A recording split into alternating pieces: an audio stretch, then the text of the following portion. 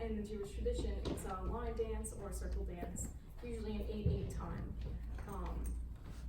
So I'm gonna play and then I will show the PowerPoint after. So like some things to listen for are, klezmer music is heavily ornamented.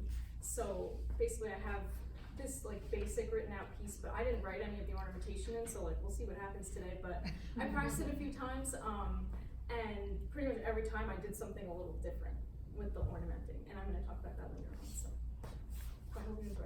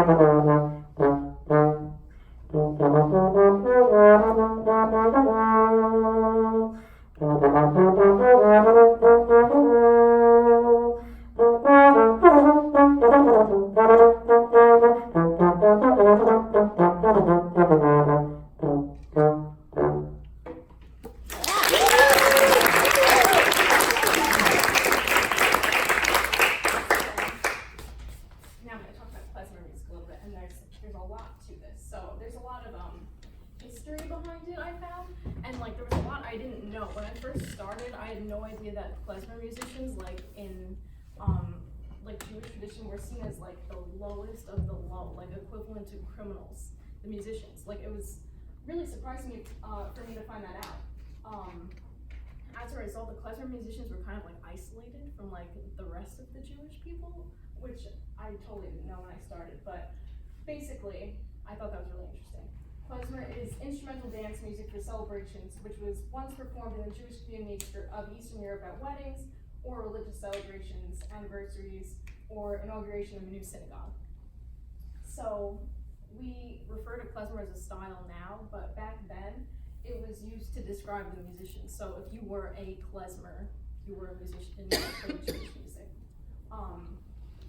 It was seen as a derogatory word because it meant a musician that could not read music and could only play Jewish music. So that's why they were kind of seen as like low in society. They weren't like trained classical musicians, basically. The klezmer musician's goal is to imitate the human voice. So I thought this was really interesting. The klezmer music is supposed to sound like the sound of a cantor, like saying prayer. So that's like where the heavy ornamentation comes from. It's really only survived because of the importance in the Jewish culture of the wedding. And the distinct sound is the result of blending from various cultures. Like, for example, because the klezmer musicians were seen as outcasts and the gypsies from Romania were also seen as outcasts, the gypsies kind of influenced like the way klezmer music sounds. I thought was very interesting. The culture is like mostly having to do with the Jewish wedding being a very big thing in the Jewish culture. That's the main reason why klezmer music has survived. So instrumentation for like a modern klezmer group, which is called a kapelgi, by the way, in Yiddish, if you want to know. Clarinet, violin, percussion, double bass, accordion, trumpet, flute, and trombone are the traditional instruments used in the klezmer ensemble today. So there used to be another instrument called the cymbalon, which is a traditional Jewish instrument in the dulcimer family.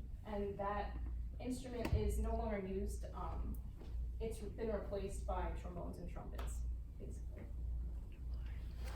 So there's three components components in a klezmer band. There is the melodic lead, the harmonic support, and the chord and rhythm section that drives the music forward. So the melodic lead is typically the clarinet player, the violin player. Harmonic support is like the brass, the trumpets, trombones, guitars, or accordion. And the rhythm section is double bass, drum set sometimes, and they usually play like a walking bass line underneath everything that really drives it forward. There are a lot of dances. So there's Bulgar, a Hora, a Serba, the Frelex, I think, and the Koshito. I thought a fun teaching idea would be like, if like we talked about klezmer in the general music class, like teach some of the dances to the kids. I think that would be really fun. But basically a lot of them are line dances, or circle dances.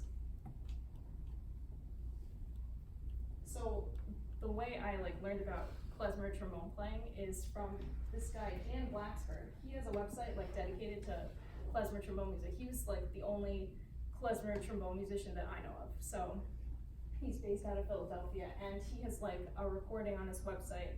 Well, he has like a whole album that features the trombone as the main instrument of the klezmer ensemble. He like arranged all his music so that could happen. And I listened to them, and I reached out to him, and I was like, can you send me the music for this song, the one that I played? And he sent it to me, and it was really nice.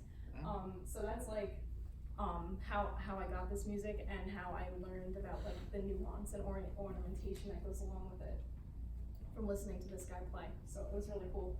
And I thought it was really interesting because on his recording, he plays exactly what I played, and I tried to like mimic his ornamentation, like adding some of my own too.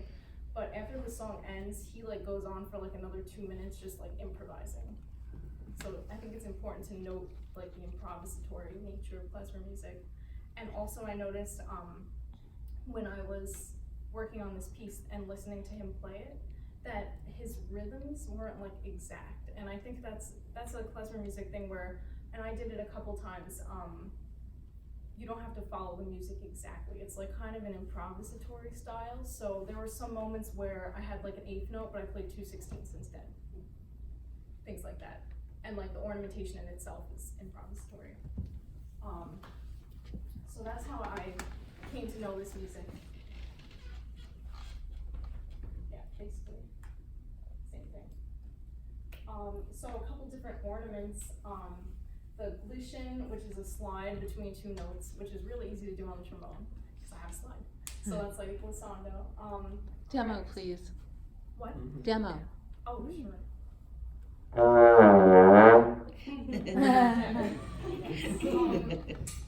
So krekt means in Yiddish sob or groan. It's a 3-note ornament where you accent the 1st and the 3rd note and ghost the 2nd note. So an example of that would be, so you kind of like ghost the 2nd note. The laughing crying sound is like a technique usually on clarinet. It's because klezmer is supposed to mimic the human voice. There are growl notes, brace notes, trills, bends, extreme high notes and going up the octave. And ornaments aren't written, but they're expected from the lead player in the ensemble to do. So not so much the harmonic support or the driving rhythm instruments, but the melodic lead, the clarinet or the violin are expected to be very virtuosic. So I started to notice that I thought the ornamentation in klezmer music sounded kind of similar to jazz. So I started like looking into it a little bit. Some of the things I noticed were similar were the ornamentation of like bends, falls, scoops, glissandos, in places where those things aren't written. The improvisatory nature of playing off what the other musicians in the band are playing, and the call and response element of klezmer music, which I am going to play an example of. His improvisations on Dan Blacksburg's improvisations on the song that I played, it seemed like his solo was structured within the chords. So it reminded me of an open for solo section of a jazz chart. So then I looked into like, why is it different? So I found out about some klezmer modes and scales, and there are basically 3 that every klezmer song is based on. And they were pretty basic. They were mixed Lydian scale with lowered 7, or Phrygian mode with flat second, raised third, and lowered sixth. Like, it was basically scales that we know, but like slightly altered. Just a picture of like some of the klezmer scales for clarinet.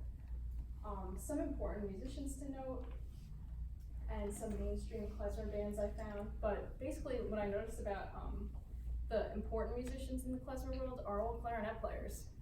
All these people. So it's kind of interesting to note that like the background people in the ensemble aren't really the ones that became famous. It was the lead clarinet player that is the one that's becomes well known. And all of these musicians are Jewish American immigrants, brought klezmer music over to America. I have a listening example. Can I play it? It's pretty Play an short. excerpt, sure.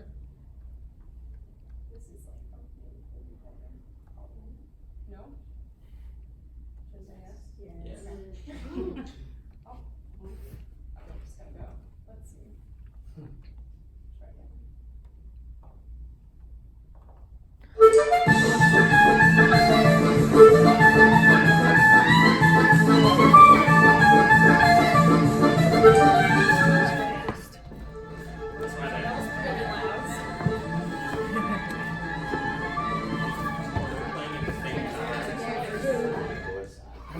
That's kind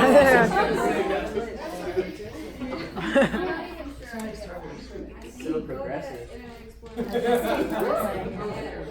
Let's start. You start, Oh, and there's I'll start four a of jam them out there. later. I One clicked beat on it rounds. too many times. It's easy. But, let's see. Let me get this one to stop. I'm sorry. This is really hard to use. Isn't it? This thing. Yeah.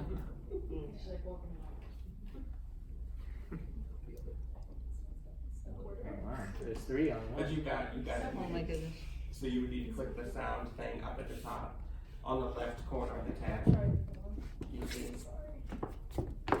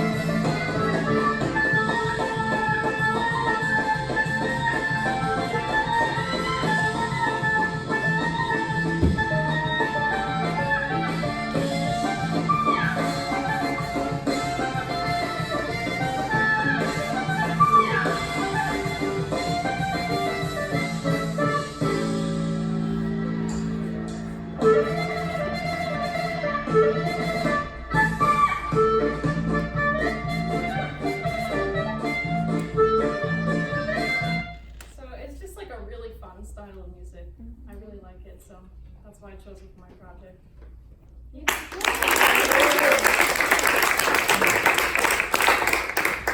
Jenna, there's a klezmer band at Columbia. I think I would, yes, I would join. Mind blown. It's like during the year? Mm-hmm. Mm-hmm. I didn't know about that. And I think they learn orally. I'm not, yeah. That's cool. That's really cool. I would definitely Thank you check for that telling out. me about it. Wait till are they ready for you? Next year. Yeah. Any questions? Did you get to see any live? Like, No,